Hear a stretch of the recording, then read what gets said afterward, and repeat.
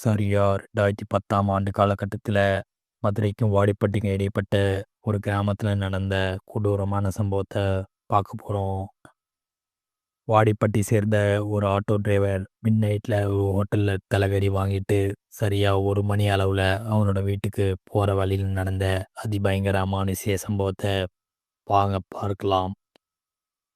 Hello viewers, welcome to channel. இன்றைய காணொளியில் கொஞ்சம் கூட சுவாரஸ்யத்திகள் குறையாம நான் உங்களுக்கு காமிக்கிறேன். சேனலை சப்ஸ்கிரைப் பண்ணாதவங்க பண்ணிக்கோங்க. நான் உங்களில் ஒருவன். நான் ஏற்கனவே சொன்ன மாதிரி அந்த ஆட்டோ டிரைவர் நள்ளிரவில் தலைகறி வாங்கிட்டு ஒரு அடர்ந்த காட்டு வழியாக பயணம் பண்ணியிருக்காருங்க.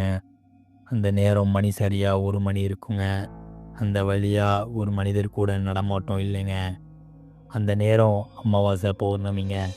அந்த ஊர் மக்கள் அந்த வழியாக நள்ளிரவில் அதிகம் போக மாட்டாங்க. ஒரு சில நபர் கொடூரமான ஒரு பெண் அழுகிற சவுண்டை கேட்கும்னு சொல்லியிருக்காங்க.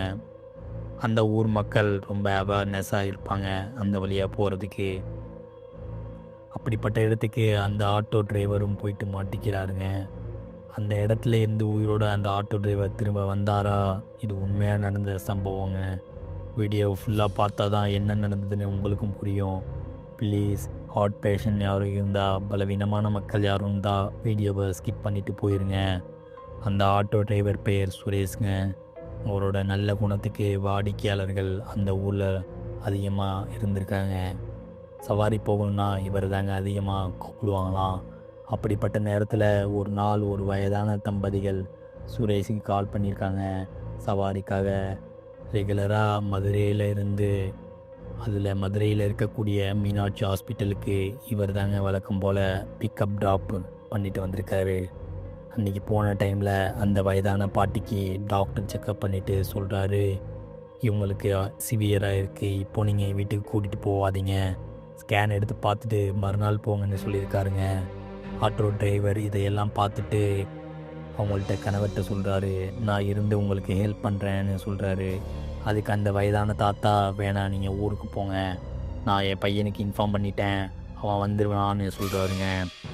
சரின்னு இவரும் கிளம்பிடுறாரு. மணியும் சரியாக 8 மணி அளவில் கிளம்புறாருங்க. அப்போ தான் அவர் வாழ்நாளில் பார்த்திராத ஒரு அதிபயங்கர அமானுஷ்ய விஷயத்தை பார்த்துருக்காரு. நான் ஏற்கனவே சொன்ன மாதிரி 8 மணி அளவில் கிளம்புறாருங்க. அப்போ வர வழியில் இவருக்கு பசி அதிகமாகுதுங்க. சாப்பிட்லாம்னு ஒரு ஹோட்டலில் ஆட்டோவை நிப்பாட்டுறாரு. அந்த ஊரில் இருக்கக்கூடிய மதுரை முனியாண்டி விலாஸ் ஹோட்டலில் சாப்பிட என்ன இருக்குன்னு உள்ளே போய் கேட்குறாரு. தலைகறி அந்த ஊரில் ரொம்ப ஃபேமஸான உணவுங்க, சாப்பிட்றீங்களான்னு வெயிட்டர் கேட்குறாரு. அவருக்கு புரோட்டா 3 தலைகறி ஆர்டர் பண்ணி சாப்பிட்றாருங்க. சாப்பிட்டு முடித்ததும் அப்போ தான் அவருக்கு ஒரு யோசனை வருது, இதை பார்சல் வாங்கிட்டு நம்ம மனைவிக்கும் போயிட்டு கொடுக்கலான்னு. பார்சலும் வாங்கிறாரு. இதுக்கப்புறம் தான் இவருக்கு பிரச்சனையே வரப்போகுதுன்னு அவருக்கு அப்போது தெரியலைங்க. அந்த பார்சலை வாங்கிட்டு பேசஞ்சர் சீட்டுக்கு முன்புறம் அந்த பார்சலை வச்சுட்டு ஆட்டோவை ஸ்டார்ட் பண்ணி அந்த ஹோட்டலில் இருந்து கிளம்புறாருங்க.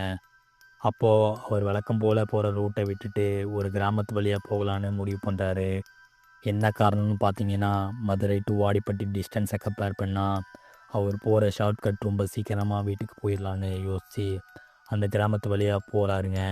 அப்படி போயிட்டு இருக்கும்போது சரியாக 100 அடி டிஸ்டன்ஸில் ஒரு கொடூரமான குரலில் அழுதுகிட்டே அவர் ஆட்டோவை வழிமறைக்குது ஒரு உருவம்.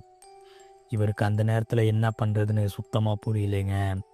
ஆட்டோவை விட்டு கீழே இறங்கி போயிட்டு பார்க்கலான்னு போகிறாரு. நான் ஏற்கனவே சொன்னேன் இல்லையா, அது ஒரு கிராம பகுதி. அந்த ஊர் மக்கள் கூட அந்த வழியாக மிட் நைட்டில் ட்ராவல் பண்ண ரொம்ப யோசிப்பாங்கன்னு இவரோட மைண்ட்லேயும் அதே தாங்க போயிட்டுருக்கு. சரின்னு கிட்டக்க போய் பார்க்கலான்னு முயற்சி பண்ணுறாருங்க. அந்த பெண்ணுடைய முகம் அந்த இருட்டில் சரியாக தெரியலைங்க. ஒரு பிளாக் ஷேடோ மட்டும்தான் அவர் கண்ணுக்கு தெரியுது. பக்கத்தில் இருக்க வயலுக்கு பகுதிக்கு அந்த உருவம் போகிறத இவரும் பார்க்குறாரு. அந்த டைம் இன்னும் அவருக்கு பயம் அதிகமாகுதுங்க. அந்த பதட்டமான குரலில் இவரும் அந்த பெண்கிட்ட பேசுகிறாரு, யார் நீங்கள் அப்படின்னு. அப்போ தான் அந்த பெண் உருவம் அவர்கிட்ட அழுத குரலில், என் கணவருக்கு பாம்பு கொத்தியிருக்கு, ஹாஸ்பிட்டலுக்கு போகணும்னு சொல்லுதுங்க. இவரும் அந்த பெண் உருவத்தை ஃபாலோ பண்ணிட்டு போகிறாரு. அப்போ தாங்க அவருக்கு அந்த ஒரு அமானுஷ்யமான விஷயம் நடக்குது. நான் ஏற்கனவே சொன்னேன் இல்லையா, அந்த உருவத்தை ஃபாலோ பண்ணிட்டு போகிறாருன்னு. கிட்ட போயிட்டு பார்க்கும்போது தான் அவருக்கு தெரிய வருது, இது ஒரு அடக்கம் பண்ணுற சமாதி கல்லறைன்னு. அந்த இடம் ரொம்ப இருட்டாக இருந்ததுனால அவர்கிட்ட இருந்த பட்டன் ஃபோனில் இருந்து லைட்டை ஆன் பண்ணுறாரு.